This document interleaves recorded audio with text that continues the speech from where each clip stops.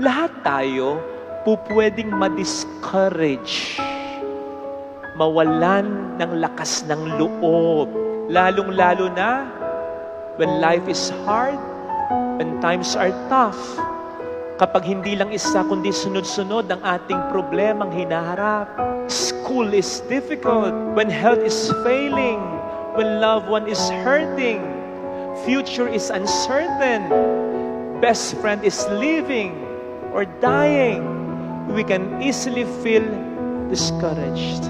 Pag ganun, para tayong ninanakawan ng pag-asa, ng kaligayahan, ng pananampalataya, at kahit buhay natin po pwedeng nakawin ng discouragement. Kasi kapag inalagaan natin, hinayaan natin ang discouragement sa buhay natin, nako, papasok na rin ang mga pinsang buo niyang bitterness, sorrow, doubt, self-pity, ingratitude, stress. Kaya beware of discouragement. Kasi kaya nitong tibagin kahit ng pinakamayaman, pinakamagaling, pinakamalakas, pinakamatalino, pinakamadiskarte sa atin. That is why, ang sabi ni St. Paul sa 1 Corinthians 5:11, encourage one another, build up one another, lalong-lalo na kung alam mong kailangan ng tao. Hindi yung kailangan na ng tao, imbis na encouragement, discouragement ang ibibigay mo. Hindi ba kayo nagtataka? Minsan may mga komentong ganito, napagalitan lang eka, naghurumentado na. Napagalitan lang eka, naglayas na. Napakagalitan lang eka, nagpakamatay na. Para sa'yo ganun kasimple. Pero para sa nagpakamatay, ang dami ko nang pinagdaraanan, dinagdagan mo pa. Set. Kumbaga sa baterya ng cellphone, 5% na lang. Imbis na i-charge mo, dinrain mo pang lalo yung tao. So always be an encourager sa kahit sinong nakakasalamuhan natin. Bukas magtatrabaho ka na naman, bukas mag-aaral ka na naman, bukas you get to mingle with other people. Hindi mo alam ang pinagdaraanan yan. Be kind. Be kind. Kasi hindi mo alam, baka pabigay na yan. Ikaw pa ang dahilan para bumigay ng lalo yan. You don't know what battle each person is facing. Unfortunately, ang ibig sabihin din ito, we just cannot rely always on people for encouragement. Bakit?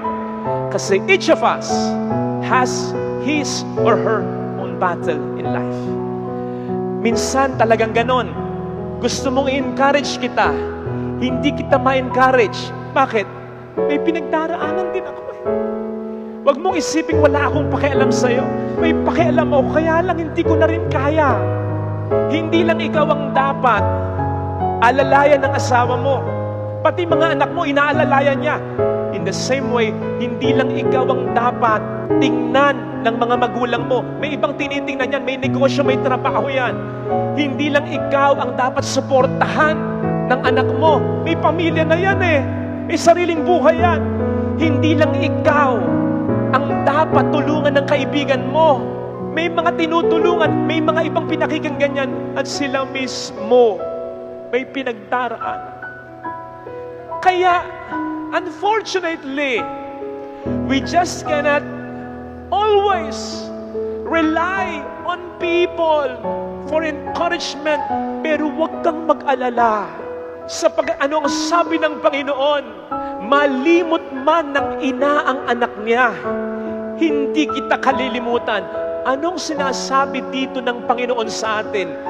Makalimot man, magkulang man, yung pinaka-aasahan mong tao na magbigay ng encouragement sa'yo.